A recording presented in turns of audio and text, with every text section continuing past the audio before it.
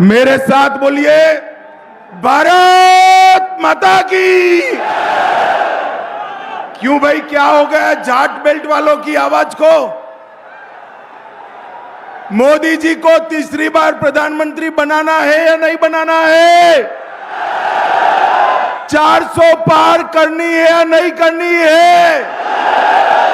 14 की 14 सीटों पर सपा का सुपड़ा साफ करना है या नहीं करना है?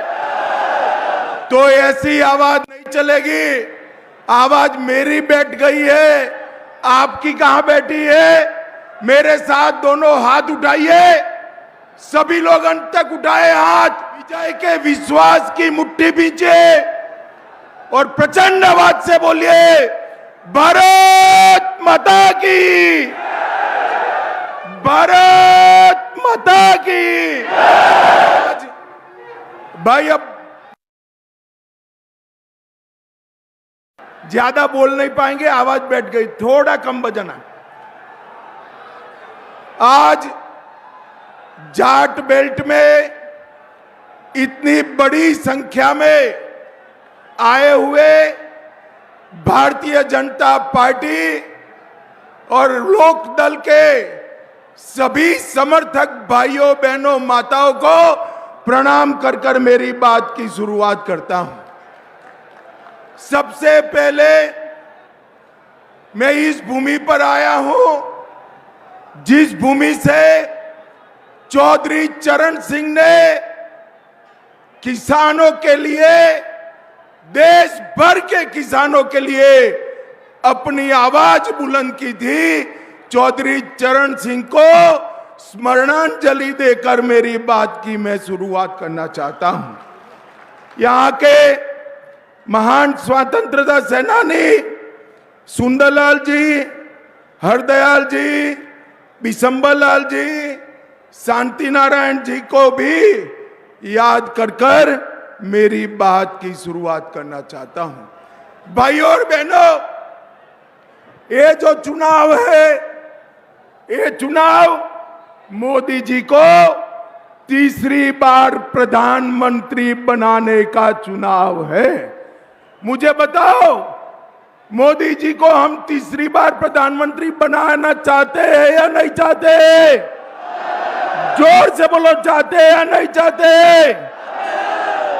मोदी जी ने गरीबों के उत्थान के लिए, किसानों के उत्थान के लिए ढेर सारे काम किए। मोदी जी ने गुड़ और गन्ने के इस क्षेत्र के अंदर गन्ने के लिए राष्ट्रीय नीति बनाकर ढेर सारे बदलाव किए।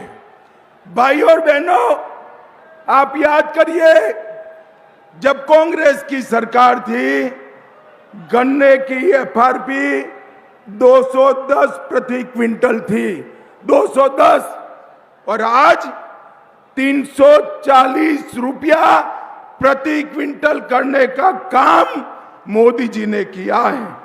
और भुगतान की जहां तक बात है, 95 से 17 में एवरेज भुगतान 23,000 करोड़ होता था, आज 2,50,000 करोड़ रुपया गन्ने का भुगतान करने का काम भारतीय जनता पार्टी की सरकार ने किया है। इसके साथ साथ चीनी मिलें, बसपा के शासन में 19 चीनी मिलें बंद हुई, अखिलेश के शासन में 10 मिलें बंद हुई, और भाजपा के शासन में 20 से अधिक चीनी मिलों को शुरू किया गया, और 5 नई चीनी मिलें आज नई बनाने का काम हुआ है। और हमने इथेनॉल की पॉलिसी लाकर, पहले 2014-15 में इथेनॉल पेट्रोल में मिलाया नहीं जाता था, आज 154 करोड़ लीटर इथेनॉल मिलाया जाता है, जिससे गन्ना किसान की आय को बढ़ाने का काम हुआ है। भाइयों और बहनों, बैठ जाओ भैया, बैठ जाओ, कुछ नहीं है, बैठ जाइए, जरा बैठ जाइए सब लोग।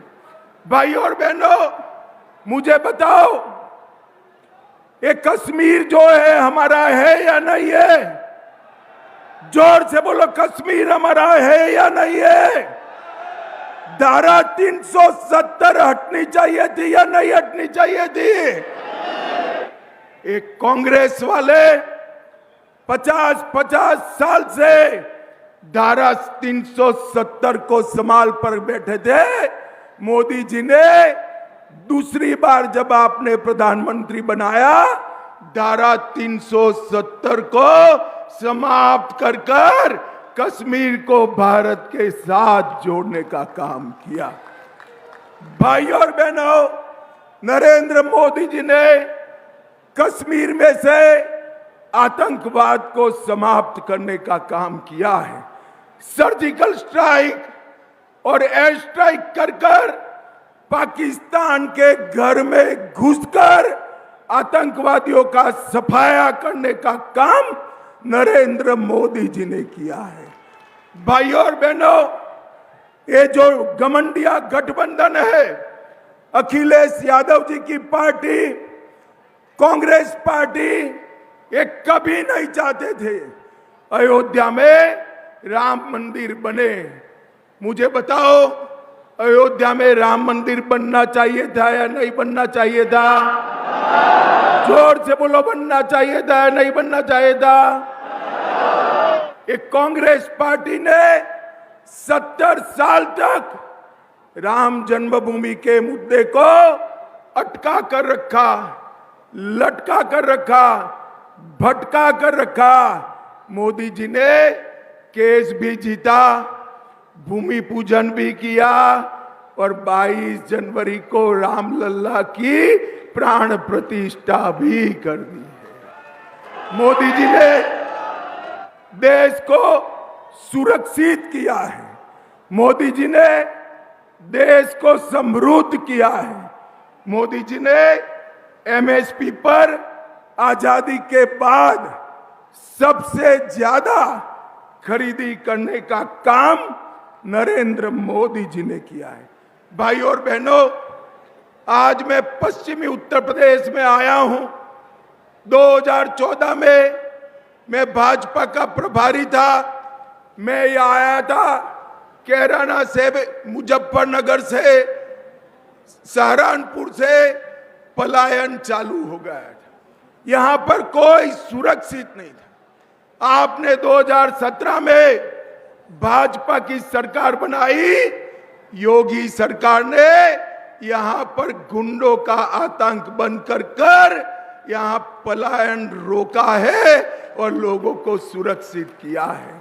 और इसके साथ साथ अब निर्दोष नागरिकों की जगह अब उत्तर प्रदेश से गुंडे पलायन करने लगे हैं। इस प्रकार की स्थिति उत्तर प्रदेश में बनाने का काम भारतीय जनता पार्टी की योगी आदित्यनाथ की सरकार ने किया है। भाई और बहनों, ये चुनाव में जो घमंडिया गठबंधन इकट्ठा हुआ है, 12 लाख करोड़ के घपले, घोटाले, भ्रष्टाचार करने वाले लोग इकट्ठा हुए। मैं आपको बताना चाहता हूं, मोदी जी चौधरी चरण सिंह जी के गौरव समारोह में आए, उस दिन उन्होंने भ्रष्टाचारी बचाओ रैली बनाई और वो रैली में भ्रष्टाचारियों को संरक्षण देने की बात करी। मैं आज इस मंच से समग्र उत्तर प्रदेश की जनता को कहना हूं, 2014 में मोदी जी ने कहा था, जिन्होंने भ्रष्टाचार करा है वो जेल में जाएंगे, और 2024 में भी कह रहे हैं, जिसने भ्रष्टाचार किया है वो जेल की सलाखों के पीछे चले जाएंगे। मुझे बताओ, जिन्होंने 12 लाख करोड़ रुपए का भ्रष्टाचार किया, उनको जेल में डालना चाहिए या नहीं डालना चाहिए? जोर से बोलो, डालना चाहिए या नहीं डालना चाहिए?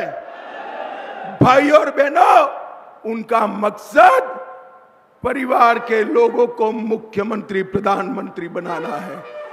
मोदी जी का मकसद देश के किसान, गरीब, मजबूत, दलित और आदिवासी को मजबूत बनाकर अपने पैर पर खड़ा रहना है।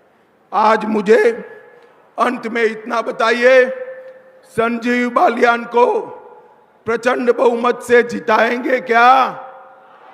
अरे जोर से बोलो, जिताएंगे? बालियान आगे आओ आप जरा।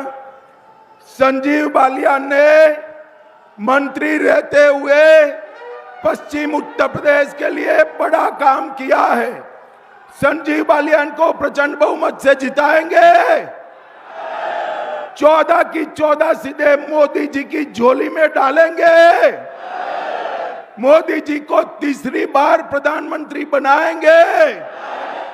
400 पार करेंगे। तो मेरे साथ